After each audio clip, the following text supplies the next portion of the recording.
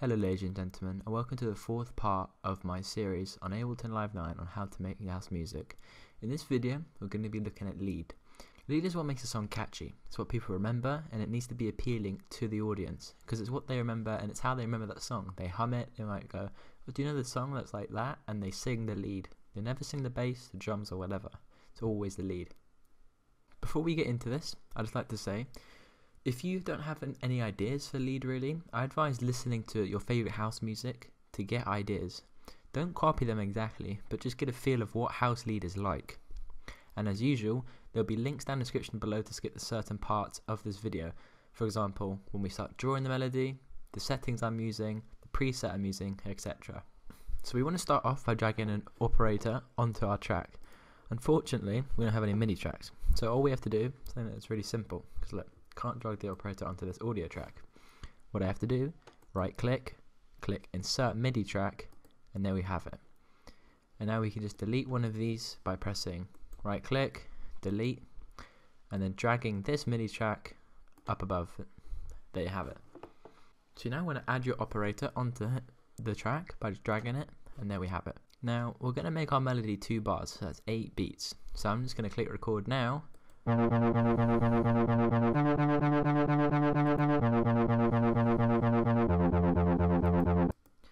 You notice I stopped it once it reached 2 bars. So now I'm going to click on this clip, press Shift Tab, and now we're in the MIDI view. So we're going to press B on our keyboard, so now we have the pencil tool. Now she's just working around B2, maybe B3, because you want to keep the lead higher than what the bass is. Now, because we're working in 2 bars, you can see here it's at 2/4/4 because that's how long we recorded for. So that's perfect. We want to leave it at that. So now I'm just going to go to the top here and just zoom out. Unfortunately, I can't. Now, I prefer to work in quite a bigger view so that I can see everything. So I'm just going to make this 4 bars now, so now that I can zoom out. But we'll still be working in this 2 bars right here. So I already know what pattern I'm going for. So if you want to copy me, feel free to. But I suggest doing what you want. It's your personal preferences. Remember, look at different songs that you like and go to the link that I've provided below. It's the same one from the last episode, pianoworld.com, for piano scales, and you can see what notes you want in the key that you're working with. So because we're working in the F key, I already know what notes work and I already know what melody I want. So I'm going to start off on A sharp, and I'm simply just going to click and drag to here, leave 2 spaces before the second beat, and do the same 3 times. As you can see, I did it too long there, so I'm just going to click here and drag back. There we have it. Turn to C, back for the same amount of time as the 3 previous notes. Now I'm going to head down to A. So if I hit play, we've got a nice progression, but we want to finish it off. So from that A, I'm going to go back up to F and draw out the same amount of time again, and then I'm going to go from the F to an E for half as long, and then a D, then I'm going to go to a C, and then I'm going to finish on the A and just make it to the end of the 2 bars. So if I click play now, we can preview it.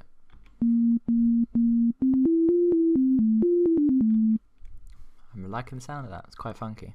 So now I'm going to add a preset to my progression. Simply click Shift Tab to get out, and you see we have the operator clip here. So if I click on the operator folder, click on this arrow to get all the options down, you'll see synth lead.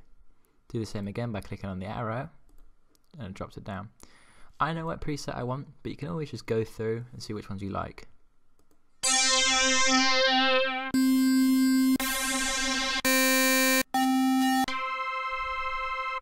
For me, I like this one, so I'm just going to click it and drag it onto the operator. So now if I click play, it will sound different.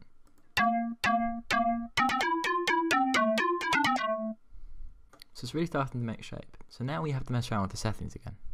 So we're going to go down to the audio effects area and just look at what we have.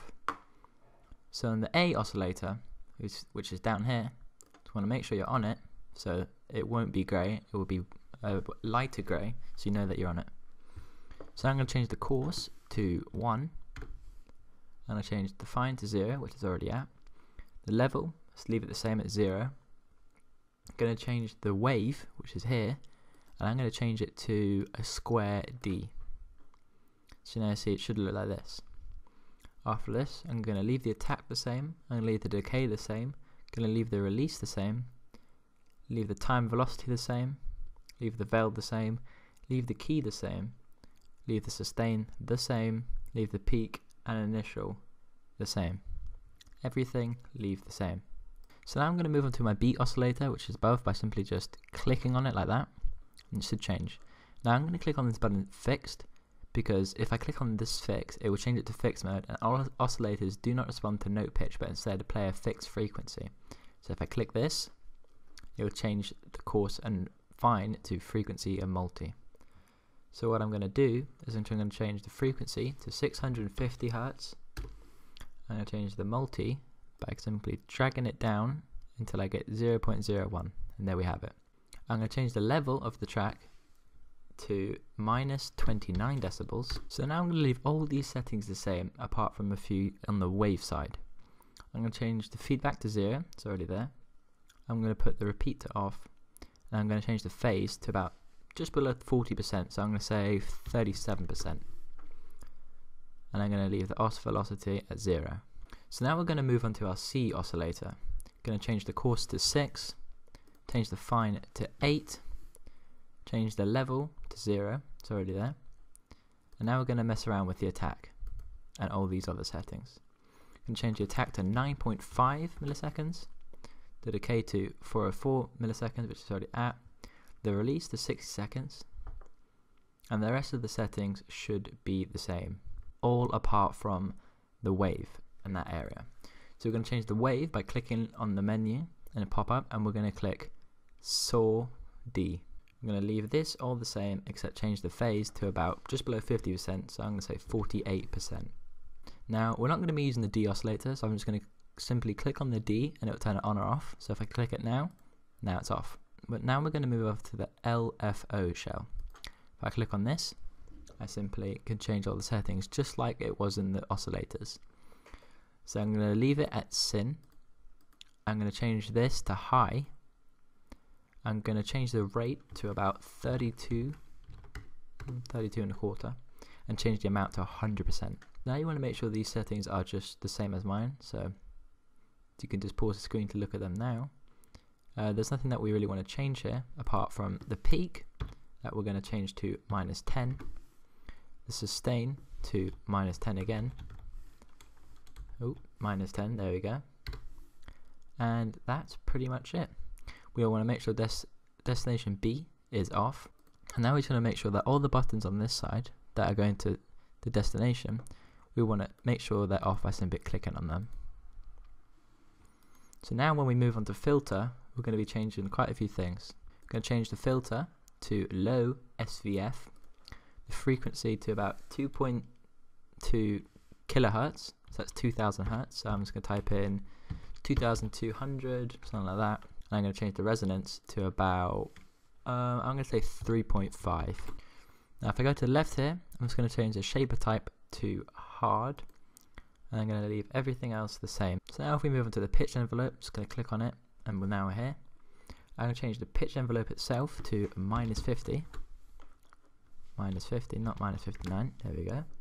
Change the spread to 3%, and change the transpose to 0 ST, which is strength. Now I'm going to change all these settings here, and I'm going to change the attack to 0. Going to change the decay to 600 milliseconds. Going to change the release to 50 milliseconds.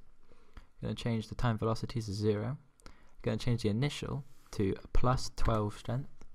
Change the peak to +48 strength. And I'm going to change the sustain to 0. And I'm going to change the end at the bottom here to 0 as well. Going to make sure the glide is off, all of these buttons are off, and that Dest B is off.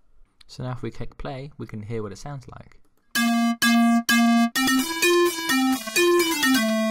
So I really like the sound of that, and I know this has been a short tutorial, but we're going to be looking at lead and all these different tracks in the later episode.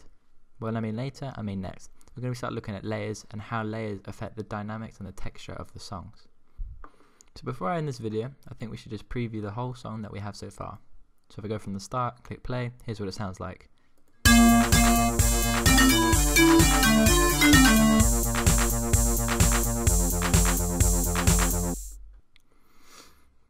So there we have it. I hope you guys enjoyed this video. This is quite a short one. I hope you learned something. I hope you're enjoying this series.